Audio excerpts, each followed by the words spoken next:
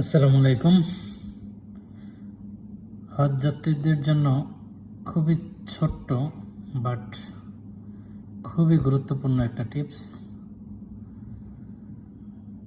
আমি যেহেতু একবার উমরা করেছিলাম এবং অনেক হজ যাত্রীদের মুখেও শুনেছি, হজের সময় অনেকেই ভুল করে সাথে পানি রাখেন না। ভাবেন যে বিভিন্ন জায়গায় তো পানি দেয়াই থাকে, পানি পাওয়া যাবে। কিন্তু অনেক সময় এই যে এবার যে হজের মৌসুমটা বা গরমের সময় আপনি যখন অনেক বেশি ক্লান্ত, ওখানে তো খুব রোদ থাকে, অনেক বেশি ঘেমে যাবেন, সুতরাং এই প্রচুর ঘামবে, ডিহাইড্রেশন হবে।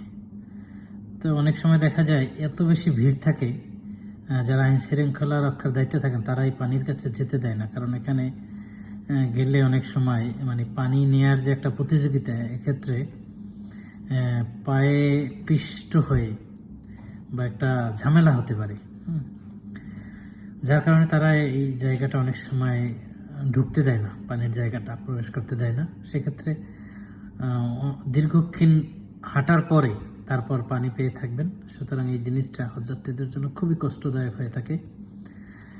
সুতরাং আপনাদের সাথে অবশ্যই পানি রাখবেন, মিনিমাম 1টা কি 2টা পানির বোতল রাখবেন, হাফ লিটার 1 লিটার। আশা করি 1 লিটার পানি এনাফ আপনার ডিহাইড্রেশনের জন্য, খুবই এনাফ, এবং এটা খুবই দরকারি জিনিস। তো আশা করি এই ভিডিওটা আপনাদের হজযাত্রীদের জন্য কাজে আসবে। তো সবাই ভালো থাকবেন। ভিডিওটি ভালো মনে হয়ে থাকলে শেয়ার করবেন। ধন্যবাদ।